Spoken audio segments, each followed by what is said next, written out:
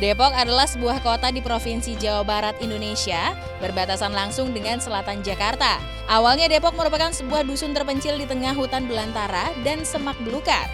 Hingga akhirnya Depok mendapatkan izin untuk membentuk pemerintahan sendiri pada tahun 1871.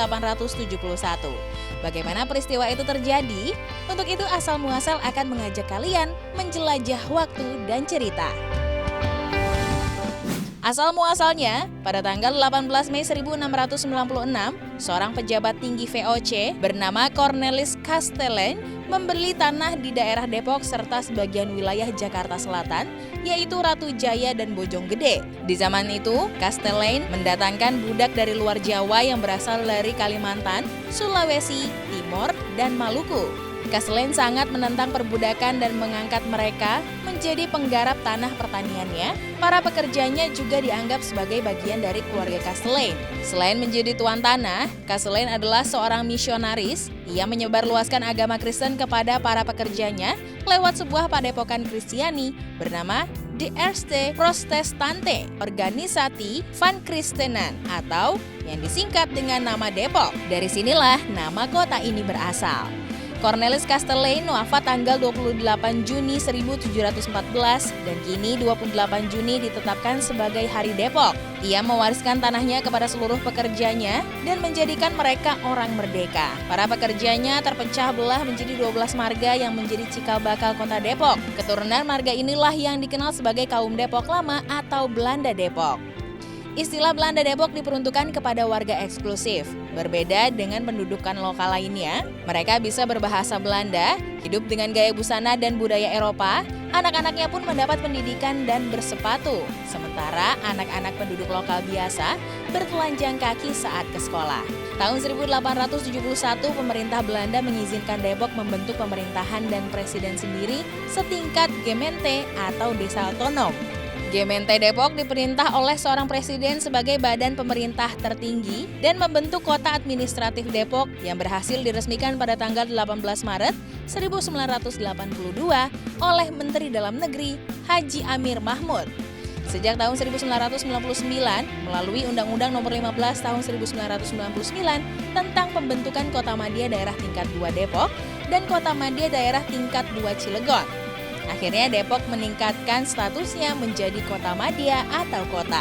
Depok pun memiliki lambang kotanya sendiri yang terdiri dari 3 bagian. Bagian depan terdapat gambar kujang dengan posisi tegak, di mana kujang merupakan senjata masyarakat Jawa Barat dan dianggap sebagai manifestasi satria-satria Pajajaran yang identik dengan nilai-nilai kejuangan pahlawan Depok yang tak gentar dalam menegakkan kebenaran dan rela berkorban. Bagian tengah dengan gambar pendopo yang merupakan simbol pusat pemerintahan Kota Depok dalam melaksanakan tugas pemerintahan, pembangunan, dan kemasyarakatan. Dan bagian dasar berbentuk perisai yang memiliki 5 sisi melambangkan tameng dan benteng, artinya mampu mengayomi, memberikan rasa aman dan tentram, baik lahir maupun batin, bagi masyarakat Depok, serta melambangkan ketahanan fisik dan mental masyarakat Depok dalam menghadapi segala macam gangguan, halangan, dan tantangan yang datang dari manapun juga terhadap kehidupan bangsa dan negara Republik Indonesia yang berdasarkan Pancasila. Depok tak hanya memiliki sejarah menarik tentang pembentukannya. Di kota ini juga ada sejumlah lokasi mengagumkan yang saat ini tengah digandrungi banyak kalangan karena lokasinya yang menarik untuk difoto atau yang saat ini disebut sebagai Instagramable. Lokasi pertama adalah Kampung 3D. Jika jalanan perumahan warga biasanya sepi di siang hari, namun tidak demikian dengan sebuah jalan di wilayah Sukma Jaya, Depok Timur, Jawa Barat ini. Belasan orang silih berganti memenuhi jalan untuk berfoto dengan lukisan 3D yang menghiasinya. Salah satu lukisan 3D yang ada di sini berbentuk zebra cross. Efek 3 dimensi membuatnya tidak seperti zebra cross biasa, melainkan tampak timbul jika dilihat dari sudut tertentu, seperti balok-balok yang berada di atas jalan. Lukisan 3D perahu dan ikan adalah salah satu yang menjadi favorit pengunjung. Selain itu terdapat pula kubus warna-warni, tangga, permadani yang melayang, dan jurang. Menariknya, lukisan ini dibuat oleh 10 anggota Karang Taruna yang tidak memiliki keahlian khusus di bidang seni lukis dan desain. Namun, Anda tidak perlu kecewa dengan hal itu, karena foto yang dihasilkan sangat instagramable serasa di kehidupan nyata. Selanjutnya, lokasi lain yang saat ini menjadi tujuan sebagai lokasi Instagramable di Depok adalah Kampung Warna-Warni. Setelah Kampung 3D sukses menyedot perhatian wisatawan dan sempat hits di berbagai media sosial, yakni Kampung Warna-Warni yang dihiasi dengan beragam lukisan. Berlokasi di Kampung Kreasi Pondok Cina Depok, keunikan Kampung 2 dibuat secara swadaya oleh masyarakat setempat. Selain ingin menjadikan kompleks pemukimannya lebih ceria, penduduk yang memiliki kemampuan melukis pun ingin menghiasi dinding perkampungan dengan aneka gambar yang unik untuk dijadikan latar berfoto. Lokasi selanjutnya adalah Masjid Kubah Emas. Masjid yang dimahkotai 5 kubah yang dilapisi emas ini kerap dikenal dengan nama Masjid Dian Al-Mahri. Pada hari Minggu atau libur, Masjid Kubah Emas didatangi sekitar 10.000 orang. Sebagian dari mereka datang untuk beribadah, kemudian menyempatkan waktu untuk mengabadikan momen dengan latar masjid yang megah serta elegan. Itulah sederet lokasi yang sangat recommended untuk Anda kunjungi jika sedang berada di Depok. Selain ingin menapak tilas kisah terbentuknya kota Depok, tentu Anda juga tak ingin melewatkan untuk mengabadikan momen dengan berfoto di tempat-tempat mengesankan. Keranda adalah kereta Jawa yang digunakan untuk membawa jenazah dari rumah menuju makam. Banyak di antara kita yang belum mengetahui sejarah keranda ini. Untuk itu, asal muasal akan mengajak kalian menjelajah waktu dan cerita.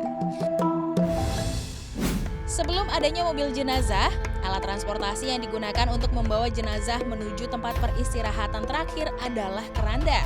Dikatakan kereta Jawa karena dibawa oleh minimal 4 orang. Bagian depan 2 orang dan bagian belakang 2 orang pada sisi kiri dan kanan. Mengangkat keranda adalah bentuk penghormatan terakhir kepada jenazah yang dikuburkan. Semua bermula dari kisah putri tercinta Rasulullah SAW, yaitu Sayyidah Fatimah Az-Zahra yang melihat jenazah lewat di hadapannya. Jenazah tersebut dipanggul oleh beberapa orang menuju pemakamannya. Melihat kejadian itu, menangislah Sayyidah Fatimah.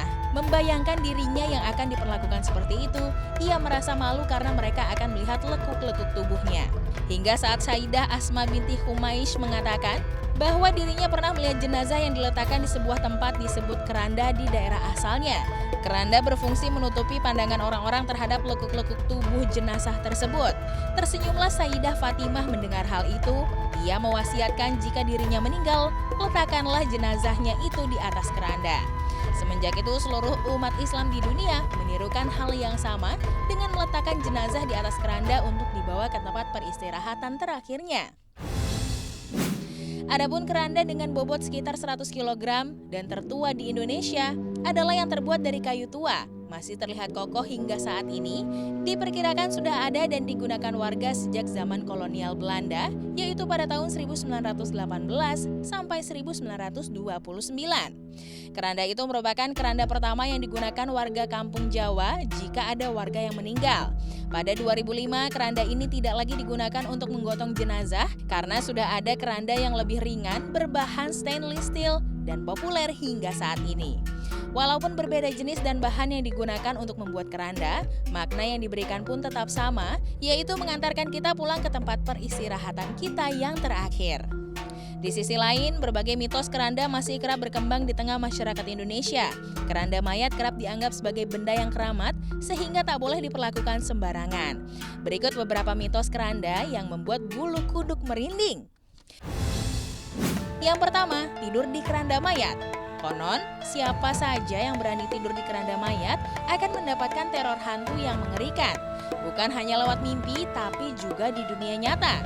Yang kedua, keranda mayat terbang. Percaya atau tidak, kejadian ini cukup sering terjadi di tanah air.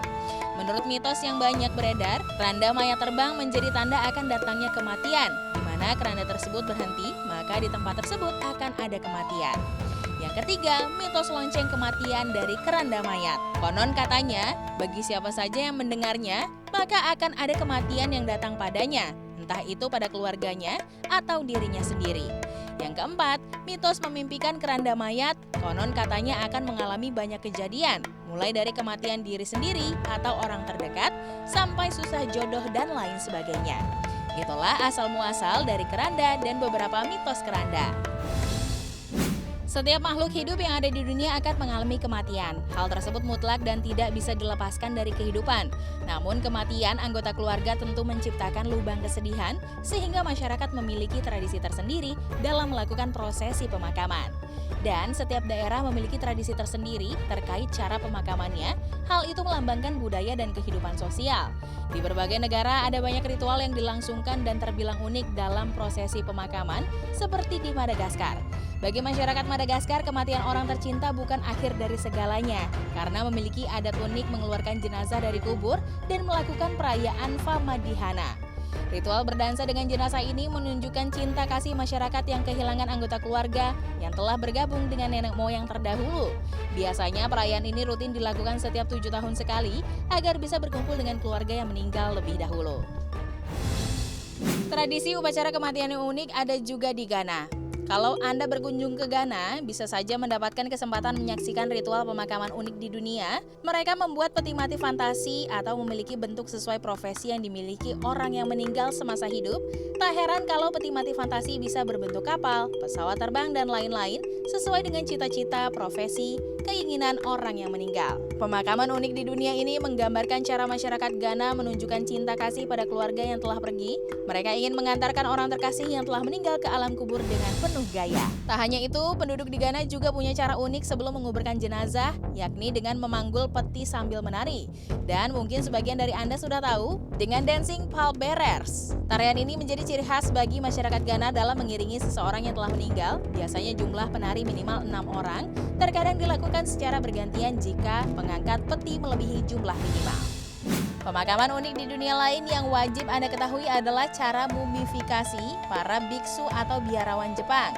Tradisi Soku Shinbutsu merupakan proses panjang dan keras yang mengantarkan para biksu menuju alam kematian. Para biksu yang hendak meninggal akan melakukan proses ekstrim seperti diet kacang-kacangan dan buah hingga mengalami kehilangan cairan tubuh sampai melakukan aktivitas keras dan meracuni tubuh sendiri guna menghilangkan risiko tubuh diserang belatung.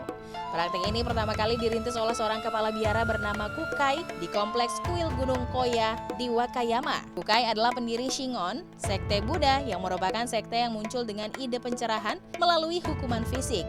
Konon ratusan biksu telah mencoba praktik mumifikasi tersebut, tetapi hanya ada 16 dan 24 mumi yang berhasil ditemukan hingga kini. Setiap wilayah di dunia ini mungkin memiliki pemakaman adat yang unik sehingga bisa menambah ilmu pengetahuan Anda. Pemakaman unik di dunia tersebut menjadi gambaran bahwa kematian merupakan ketentuan yang akan terjadi dalam kehidupan fana. Setiap budaya pemakaman memiliki cara dan filosofi tersendiri sesuai dengan keyakinan atau kepercayaan yang dianutnya.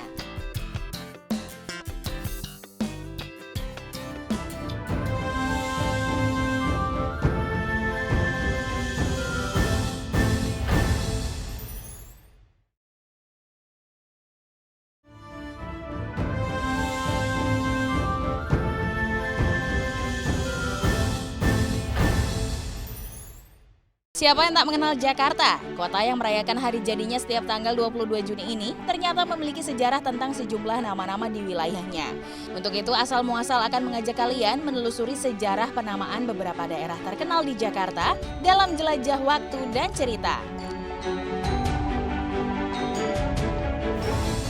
Tanah Abang, sebuah kawasan yang merupakan kecamatan di Jakarta Pusat, terkenal sebagai sentra perdagangan tekstil terbesar di Asia Tenggara. Dahulunya Tanah Abang merupakan tempat berjualan kambing yang kemudian disulap menjadi bangunan modern. Dan ada beberapa versi yang mengulas tentang riwayat penamaan Tanah Abang. Versi pertama, pada abad ke-19 kawasan ini bernama Nabang.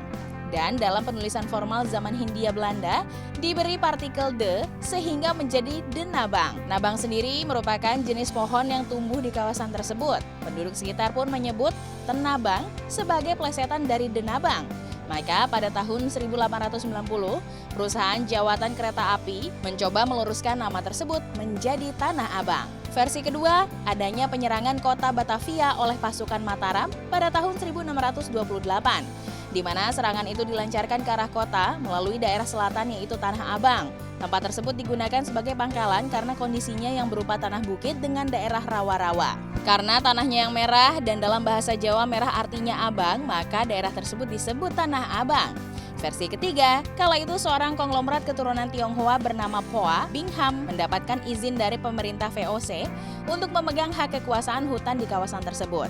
Setelah mendapatkan izin, Hoa Bingham pun diperbolehkan membuat terusan dan kanal untuk sarana pengangkutan. Selama pengerjaan itulah, banyak pekerjanya yang memberikan nama Tanah Abang pada lahan yang dimiliki Hoa Bingham. Karet Tengsin.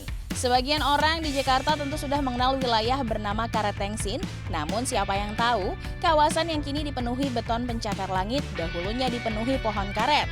Karet Tengsin sendiri berasal dari seseorang keturunan Cina yang kaya raya dan murah hati yang selalu membantu masyarakat sekitar bernama Tan Tengsian. Ia tinggal di rumah yang ditumbuhi pohon karet. Tan Tengsian sangat disayangi oleh masyarakat sekitar, setelah meninggal pun ia masih diingat orang. Hingga sekarang orang menyebut daerah itu sebagai Karet Tengsin. Senayan merupakan satu kawasan penting di Jakarta. Terkenal sejak dibangunnya gelanggang olahraga bertaraf internasional di daerah itu.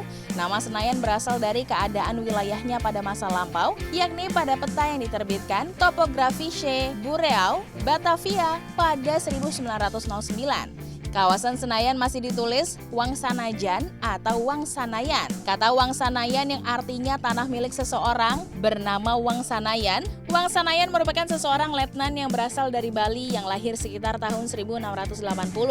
Sebutan Wangsanayan lambat laun berubah karena masyarakat lebih mudah mengucapkannya dengan kata Senayan. Glodok, kawasan yang terkenal sebagai pusat perdagangan elektronik terbesar di ibu kota. Kawasan tersebut memang menjadi tempat perdagangan yang sangat ramai dengan mayoritas penghuninya adalah para pedagang Tiongkok.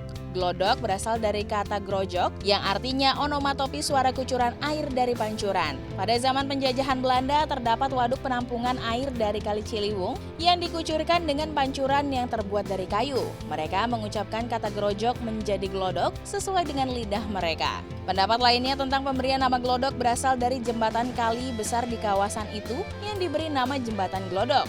Terdapat tangga-tangga yang menempel pada tepi kali besar yang digunakan untuk mandi dan mencuci. Dalam bahasa Sunda, tangga itu disebut glodok. Dari mana asal warga keturunan Tionghoa di Glodok? Glodok merupakan kawasan di luar tembok benteng kota Batavia. Pada tahun 1740-an, terjadi pemberontakan warga Cina kepada penguasa VOC di kota Batavia. Pemberontakan ini menyebabkan pasukan Belanda membunuh secara kejam dan besar-besaran terhadap 10.000 orang Tionghoa di kota Batavia. Sejak November 1740, penguasa VOC membagi kota Batavia menjadi beberapa distrik. Ini dilakukan untuk mempermudah VOC mengawasi gerak-gerik aktivitas warga.